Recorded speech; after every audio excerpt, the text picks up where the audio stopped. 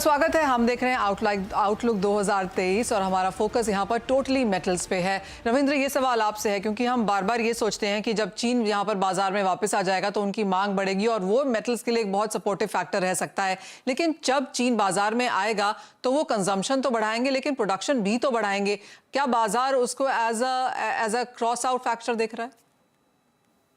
लेकिन Manisha, I think काफी सारे बेस मेटल्स में चाइना जो है वो प्रोड्यूसर भी है, one of the biggest producer भी है और कंज्यूमर भी है। तो वो एक फैक्टर है। और अगर अगर चाइना का if we take out China out of the proportion, even अभी भी मेरे हिसाब से काफी सारे कमोडिटीज मेटल्स है जिसमें अभी भी सरप्लस है। अगर हम निकल की बात करें तो निकल में जो स्टडी ग्रुप है उन्होंने निकल का सरप्लस 2023 में they have increase the projection. Zinc में भी एक्सपेक्टेड है कि it might turn into surplus. तो मेरे हिसाब से अभी भी अगर हम करंट सिनेरियो भी देखें तो it is the demand supply balance अभी भी थोड़ा सा बेरिश साइड की तरफ इंडिकेट कर रहा है। बट यस, अगर चाइना रीओपन होता है तो वो एक sentimentally I think it will give a boost. उसके बाद I think once China reopen उसके बाद we have to again see की how the demand and supply pans out, and then we can come to a conclusion. लेकिन मेरे हिसाब से you are correct. Overall scenario अगर देखें तो अभी भी काफी सारे मेटल्स में सरप्लस दिखाई दे रहा है और चाइना ओपन होने के बाद वो बढ़ सकता है। तो I think that's why I am not very bullish on the entire metal sector और मुझे लगता है कि it might stay in sideways. Prathamesh, जो दूसरा बड़ा फैक्टर बाजार में है वो स्लो डाउन को लेकर है, रिसेशन फियर्स को लेकर है। क्या वो एक फैक्टर हम ऑलरेडी बाजार में फैक्टर इन कर चुके हैं या फिर आपको लगता है कि अगले साल की शुरुआत इसी लिहाज से ऑन द वीकर साइड होगी? और दूसरी बड़ी बात ये कि जिस तरह से हम देखते हैं कि साल खत्म होता है, नया साल शुरू होता है, जनवरी के पहले 14 दिन यहाँ पर यूजली रीएलोकेशन में जाते हैं, वेटेजेस के हिसाब से जाते हैं कि किस कमोडिटी या किस एसेट क्लास को कितना पैसा एलोकेट हो रहा है। क्या हम उसका इंतजार करेंगे? थिंक मैं यहाँ पे दो पार्ट में आंसर करना चाहूंगा। अगर रीएलोकेशन की बात है तो कोई भी मेटल्स का परफॉर्मेंस 2022 में अच्छा नहीं रहा है।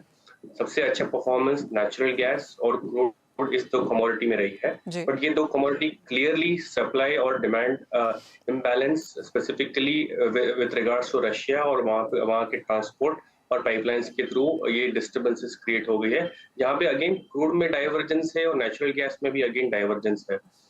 सो अगर आप स्पेसिफिकली सारे फैक्टर्स को गोल मिलाकर देखें और यहाँ पे एनालाइज करें आगे के फोरकास्ट के लिए, मेरे ख्याल से मेटल्स का परफॉर्मेंस 2023 में उतना खास रहने की उम्मीद नहीं कर सकते। क्लियरली रिसेशनरी फैक्टर्स जो है 2023 में अगेन आपको हर क्वार्टर में पॉसिबल स्लो डाउन आपको देखने को मिल सकता है। और प्लस इंटरेस्ट रेट हाइक्स अगर ऐसे ही कंटिन्यूसली चलते रहे, मेरे ख्याल से एक पॉसिबल हेडविंड्स आपको सारे मेटल्स पे देखने को मिल सकता है। 2023 मेटल्स के लिए अगेन रिटर्न्स पर्सपेक्टिव से अच्छा नहीं होने की पॉसिबिलिटी ज्यादा दिखाई दे रही है। ओके, एंड मिस्टर रामास्वामी, आप कैसे देखते हैं इंटरनेशनल क्यूज यहाँ पे, क्योंकि रशिया यूक्रेन वॉर अब भी यहाँ पर जारी है, स्ट्रेस बाजार को स्लो डाउन से भी यहाँ पर उभरता हुआ नजर आ रहा है और जैसे बात की गई कि सरप्लसेस यहाँ पर अभी भी कमोडिटीज में देखने को मिल सकते हैं। अगर आप सबने यहाँ पर टॉप ट्रेड्स की तो बात करी कि अगर एक बेहतरीन परफॉर्मेंस आएगा तो वो इन मेटल्स में आ सकता है, अगर एक श्योर शॉट यहाँ पर करना हो किसी मेटल में तो वो कौन सा होगा? मैं दोबारा I would stick my neck towards copper. The reason being, अब यदि हम देखें, आपने पहले प्रश्न रविंद्रन जी से पूछा था कि सप्लाई भी तो प्रॉब्लम हो सकती है, यदि चाइना रीओपन हो जाएगा तो वहां पर तो बहुत सारा सप्लाई आ जाएगा। तो बेसिकली स्ट्रक्चरल डेफिसिट वाला जो सिचुएशन है, जो सप्लाई डिमांड गैप जो है, ये supply demand gap, for example copper की तरफ देखेंगे तो 25 million metric ton is the demand, और प्रोडक्शन की तरफ यदि आप देखेंगे, mine production, the entire 40% of the global production is on the Latin American countries.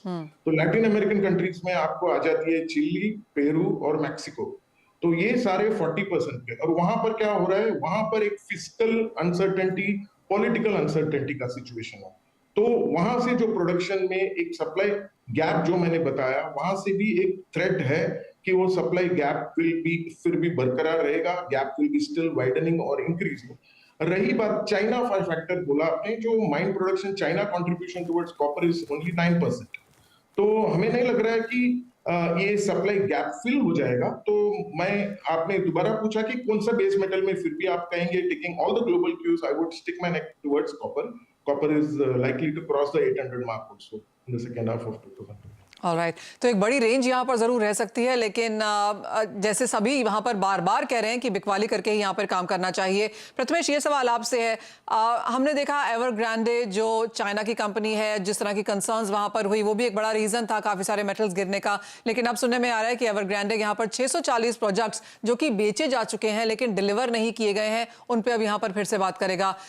इसके अलावा बाजार को अब ये भी लगता है कि थोड़ा सा यहाँ पर चेंजिंग ऑफ मैप रह सकता है, क्योंकि इंफ्रा डिमांड हम यूरोप से भी आता हुआ देखेंगे, एशियन कंट्रीज, यूएस से भी यहाँ पर शायद बरकरार रह सकती है, तो मेटल की डिमांड थोड़ी सी यहाँ पर फ्रैगमेंट होती हुई नजर आएगी, चाइना में सेंटर नहीं रहेगी शायद।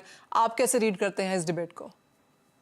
आई थिंक क्लियरली आपने जितने भी फैक्टर्स बताए वहां पे अगर आप चाइना को साइडलाइन भी करें तो चाइना को साइडलाइन नहीं किया जा सकता, despite China being leveraged highly on their balance sheets. जो भी वहां पे कंस्ट्रक्शन कंपनीज है, हालांकि उनके प्रोजेक्ट्स डिलीवर नहीं हो रहे हैं, बट चाइना का जो मेटल का डिमांड और बैलेंस इक्वेशन है, अगर आप उसको अगर आउटलाइन कर देते हैं तो मेटल्स में जो प्राइस वोलेटिलिटी है वो खत्म हो जाएगी। सो चाइना क्रिटिकल फैक्टर है सारी बेस मेटल्स के लिए। अगर आप चाइना को इक्वेशन में से आउट करते हैं तो जो वोलेटिलिटी है वो निकल जा सकती है।